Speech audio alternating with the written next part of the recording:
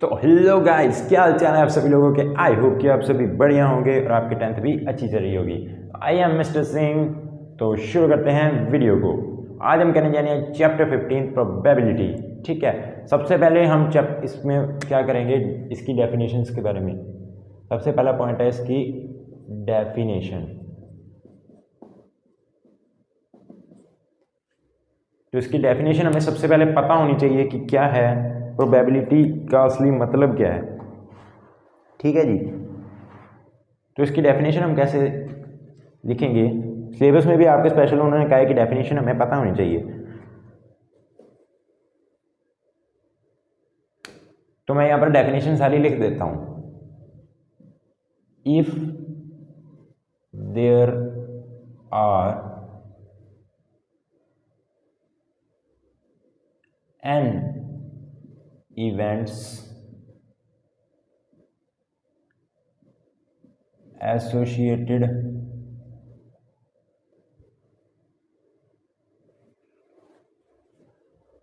with a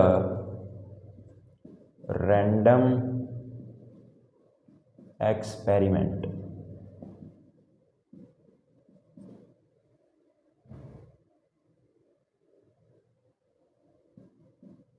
and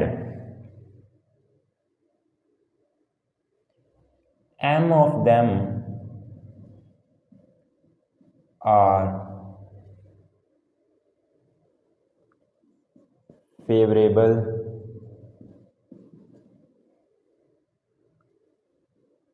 to an event A। Event कौन सा है? A है। ठीक है, n इवेंट्स थे associated with a random experiment. एक एक्सपेरिमेंट में हमने n इवेंट्स लिए जिसमें से m जो थे वो फेवरेबल थे इवेंट A के लिए। ठीक है, तो अब क्या लिखेंगे हम, प्रोबेबिलिटी नहीं होता, प्रोबेबिलिटी होता है। सबसे पहले तो इंपॉर्टेंट चीज है प्रोबेबिलिटी ऑफ हैपनिंग, ये स्पेलिंग इसकी सही कर लो, happening of A is denoted by P और A, प्रोबेबिलिटी A की। तो अब देखो प्रोबेबिलिटी A की क्या हो जाएगी। सबसे पहले तो हम क्या लिखते हैं ऊपर, नंबर ऑफ फेवरेबल आउटकम्स। ठीक है, number of favourable outcomes divided by total number of outcomes, total number of possible outcomes. तो n इवेंट थे जो हमारे, वो थे associated with random experiment. m of them, तो n में से जो m थे वो फेवरेबल थे इवेंट A के लिए। तो इसको हम कैसे लिखेंगे, अब कितने फेवरेबल थे, m of them are favourable, तो m तो थे फेवरेबल। टोटल कितने थे, n इवेंट्स थे उस एक्सपेरिमेंट के लिए n, और पी ए क्या आ जाएगा हमारे पास, m/n। तो इस तरह से हम इसकी डेफिनेशन को बता सकते हैं। तो गाइस ये बहुत इंपॉर्टेंट डेफिनेशन है, आपको पता होनी चाहिए, इसलिए मैंने लिखी है स्टार्टिंग में, मैं इसलिए ये करा रहा हूँ। नहीं तो वैसे सीधा मैं बता भी सकता हूँ कि ये क्या होते हैं, m/n का रेशो होता है, ऊपर फेवरेबल नीचे टोटल, बस। लेकिन ये सिलेबस में कह रखा स्पेशल कि मैं डेफिनेशन पता नहीं चाहिए, तो इसलिए मैंने करवा दिया। ठीक है, अब हम शुरू कर लेते हैं इसके सम। तो चलिए गाइस, अब हम बात कर लेते हैं एक्सरसाइज शुरू करने की। तो मैं यहाँ पर एक्सरसाइज लिख ही देता हूँ। एक्सरसाइज है जी 15.1। ठीक है, तो फर्स्ट 3 सम तो बिल्कुल कुछ नहीं है उनमें, वो ऐसे करने वाली नहीं है। मैं 4th सम से शुरू कर लूँ, ठीक है, क्योंकि फर्स्ट 3 सम आसान से है, उसमें कोई दिक्कत नहीं है। फिलअप हैं और कुछ नहीं, एक्सपेरिमेंट का है, इक्वली लाइकली आउटकम्स, ये आप खुद कर लेना। 4th का मैं बता देता हूँ, which of the flowing can not be probability of an event. तो अब देखो इसका जो आंसर है या कुछ एक्सप्लेनेशन मैं आपको बताता हूँ। देखो, जो प्रोबेबिलिटी होती है किसी चीज़ की, वो 0 से लेकर, मान लीजिए ए की प्रोबेबिलिटी है, वो 0 से लेकर 1 के बीच में लाई करती है। तो it can not be negative, तो वो कभी भी नेगेटिव नहीं हो सकती, ठीक है। और प्रोबेबिलिटी ए के होने की प्लस प्रोबेबिलिटी ए के ना होने की, ये ऊपर का साइन है ना होना, नॉट ए के लिए है, ये क्या है, ए के लिए है। तो ये दोनों इक्वल होती हैं 1 के। एक चीज़ ये ध्यान में रखी जाए, ठीक है, क्या कि प्रोबेबिलिटी है वो 0 से 1 के बीच में लाई करती है, वो नेगेटिव नहीं हो सकती। तो अब इसमें देखा जाए उन्होंने कहा कौन सी प्रोबेबिलिटी है, तो ये इसका आंसर हो जाएगा, क्योंकि नेगेटिव कभी भी प्रोबेबिलिटी नहीं हो सकती। फ्रैक्शन में हो सकती है, ठीक है, क्योंकि प्रोबेबिलिटी ऊपर फेवरेबल आती, नीचे टोटल आती, फ्रैक्शन हो सकता है। 15% का मतलब यहाँ पर क्या हो जाएगा, 15/100, तो ये भी एक फ्रैक्शन निकल आया। 0.7 का मतलब 7/10, ये भी एक फ्रैक्शन है, ठीक है, हो सकती है। 0 और 1 के बीच में लाई कर रहे हैं ये भी और ये भी, ठीक है, लेकिन ये है, ये नहीं हो सकता, ठीक है। अगर यहाँ पर 2/3 की जगह 3/2 होता तो ये भी प्रोबेबिलिटी का इवेंट नहीं होना था, अगर यहाँ पर 3/2 होता तो, लेकिन यहाँ पर 2/3 है, तो इसलिए ये प्रोबेबिलिटी हो सकती है किसी भी इवेंट की, क्योंकि अगर 3/2 करेंगे तो वो 1 से बड़ा निकलेगा, 1 से बड़ी प्रोबेबिलिटी कभी नहीं हो सकती, ठीक है। तो ये बात आप ध्यान रखें। चलिए अब बढ़ते हैं अगले सम की ओर। तो चलिए गाइस, अब हम बात कर लेते हैं इसके फिफ्थ सम की। तो फिफ्थ सम में क्या है, उन्होंने प्रोबेबिलिटी दे रखी है हमें 0.05, और हमें कहा है कि P नॉट E की हमने प्रोबेबिलिटी निकालनी है, मतलब E नॉट की प्रोबेबिलिटी निकालनी है, PE नॉट निकालना है। तो अभी मैंने आपको बताया है कि प्रोबेबिलिटी होने का प्लस ना होने का जो सम होता है वो हमेशा 1 के इक्वल होता है, ठीक है। प्रोबेबिलिटी होने का हमें दे रखा है, वो हम इसमें पुट कर देते हैं, ये हो जाएगा 0.05 प्लस प्रोबेबिलिटी ना होने का हमने निकालना है, इक्वल टू ये 1 के हो जाएगा। तो प्रोबेबिलिटी ना होने की क्या निकल आएगी, 1 माइनस 0.05, ये कितना होता है 0.95। तो ये इसका आंसर निकल आएगा। बहुत आसान सा सम था जी, ठीक है जी। अब बढ़ते हैं हम अगले सम की ओर। चलिए बढ़ते हैं अब हम 6 क्वेश्चन की ओर। बहुत आसान सा क्वेश्चन है, कुछ नहीं है क्वेश्चन में। तो आइए, क्वेश्चन तो दिख रहा होगा आपको सही ढंग से, देख लेना, कोई दिक्कत आए तो, नहीं तो बुक निकाल लेना आप, वैसे मैं क्वेश्चन लिख ही रहूँ साथ के साथ। तो उन्होंने कहा है कि ए बैग कंटेन लेमन फ्लेवर्ड, ये बहुत ध्यान रखें, लेमन फ्लेवर कैंडी है सिर्फ उसमें। तो मेलिना ने क्या किया, एक कैंडी ली उस बैग में से, लेकिन देखा नहीं, बस उठाया बैग में से कैंडी निकाली। What is the probability that N orange flavoured candy और lemon flavoured candy.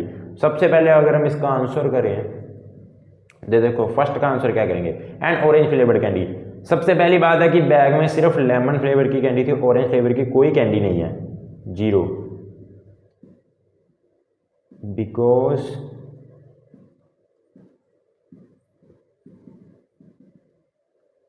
Bag contain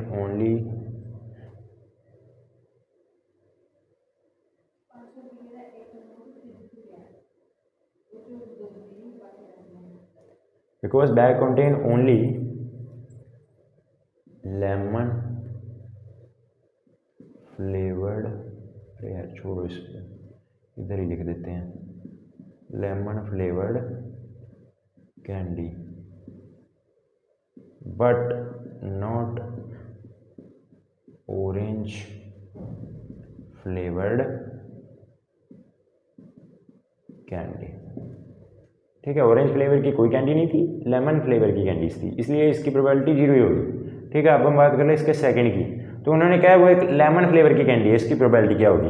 अब मेरे बात सुनो, बैग में सारी की सारी कैंडल लेमन की हैं, तो उन्होंने लेमन की ही पूछा है, तो इसकी प्रोबेबिलिटी 1 आ जाएगी, क्योंकि all candies in bag is lemon flavoured candy. जितनी भी कैंडीज है बैग में सारी की सारी लेमन फ्लेवर हैं, ठीक है। एक बात ध्यान रखी जाए, जितनी भी कैंडीज हैं सारी की सारी लेमन फ्लेवर ही हैं उसमें, और लेमन फ्लेवर की कैंडी की ही प्रोबेबिलिटी पूछी है, तो वो 1 नहीं आ जाएगी, ठीक है जी। अब हम बढ़ते हैं अगले सम की ओर। आई होगी आपको समझ में आ गया होगा। तो चलिए अब हम बात कर लेते हैं 7 सम की। 7 सम में क्या गिवन है, ग्रुप ऑफ 3 स्टूडेंट्स हैं, ठीक है, ग्रुप ऑफ क्या है 3 स्टूडेंट्स हैं, जिसमें से प्रोबेबिलिटी 2 स्टूडेंट का सेम बर्थडे होने की क्या है 0.992 और 2 स्टूडेंट के सेम बर्थडे की हमने निकालनी है। बहुत ईजी सा इसका भी आंसर आ जाएगा। अब क्या है देखो, प्रोबेबिलिटी सबसे पहले हम मान लेते हैं लेट ए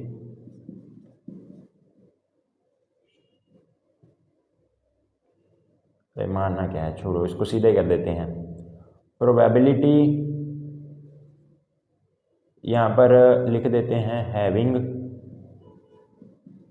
सेम बर्थडे, लिख दो हैविंग सेम बर्थडे, ठीक है, plus probability not having same birthday. यहाँ पर ये सारी लाइन लिख देना, 2 स्टूडेंट हैविंग सेम बर्थडे और नॉट हैविंग सेम बर्थडे। अब दोनों को होने की और ना होने की प्रोबेबिलिटी किसके इक्वल होती है 1 के, ये हमें पता है। होने की हमें क्या, अब देखो हमने किसकी निकालनी है होने की, और ना होने की हमें दे रखी है 0.992। तो होने की क्या आ जाएगी प्रोबेबिलिटी हैविंग सेम बर्थडे बहुत इजी वे से हम इसको कर देंगे 1 माइनस, ये इधर प्लस में था उधर जाके माइनस का हो गया, इसकी वैल्यू हमें 0.992 दे रखी है। तो इसका आंसर बहुत ही हम आसानी से दे सकते हैं। इसका आंसर आ जाएगा जी 1 में से 0.992 गए, कितना बचा 0.008। ये आप मैं बोर्ड को थोड़ा सा आगे कर देता हूँ, ये लो अब अच्छे से विजिबल होगा आपको, देख लो 0.00 था, सॉरी एक जीरो और लगनी थी बीच में। तो probability that the 2 student have the same birthday is 0.008। तो चलिए अब हम बात कर लेते हैं 8 सम की। तो देखो क्वेश्चन अच्छी तरह से विजिबल है ना यार, मेरी राइटिंग थोड़ी सी गंदी है, उसको आप देख लेना, क्या चक्कर है यार, राइटिंग थोड़ी सी है गंदी, अब क्या कर सकते हैं, ठीक है आप देख लेना उसका। तो bag contain 3 red balls, 3 red balls हैं और 5 ब्लैक बॉल्स हैं उसमें, ठीक है। बॉल हमने एक उठाई है बैग में से कोई भी, अब पता नहीं है, हमने प्रोबेबिलिटी निकालनी है कि वो बॉल क्या थी रेड थी। तो इसका आंसर हम क्या करेंगे, देखो प्रोबेबिलिटी कि वो रेड थी, तो इसका आंसर क्या है कि इसका आंसर आ जाएगा number of red balls divide में आ जाएगा टोटल बॉल्स। अब नंबर ऑफ रेड बॉल्स कितनी थी 3, टोटल बॉल्स कितनी थी 8। सिंपल सा आंसर है, पी रेड क्या आ गया हमारे पास 3 वाइट। ये तो था इसका first part. Second part P not red, ये मैं आपको 2 तरीके से करा सकता हूँ। अब देखो रेड की हमें पता लग गई है, तो 1 में से इसको माइनस कर दो, 8 उधर गया, 8 - 3 5 हो गया, यहाँ पर एलसीएम ले लो और इसको सॉल्व किया तो 5/8 आ गया। एक तो ऐसे निकाल लो, एक ये इसका सेकंड मेथड क्या है इसका, इसको सॉल्व करने का, प्रोबेबिलिटी नॉट रेड की क्या है। अब देखो इसमें हम कह सकते, अगर वो रेड नहीं है तो वो क्या निकलेगी ब्लैक ही नहीं है, बैग में तो सिर्फ रेड या ब्लैक थी। तो अगर उन्होंने कहा कि रेड की नहीं है, रेड की नहीं है तो ब्लैक की होगी, तो ब्लैक कितनी है 5, टोटल कितनी है 8। तो इस हिसाब से भी हम निकाल सकते हैं। यहाँ पर हमने क्या किया, not red means balls means black balls, black balls. यार ये यहाँ पर मैंने ना 5 लिखा है, अब ये थोड़ा सा ना फ्लैश पड़ रही है तो विजिबल नहीं होगा, ये मैं थोड़ा सा इसको नीचे कर देता हूँ। ये देखो यहाँ पर 5 लिखा मैंने, ठीक है, 5 / 8 लिखा है। Not red means black ball, तो इसमें हमने ब्लैक बॉल का सीधा ही लिख दिया कि 5 ब्लैक बॉल थी डिवाइडेड बाय टोटल 8।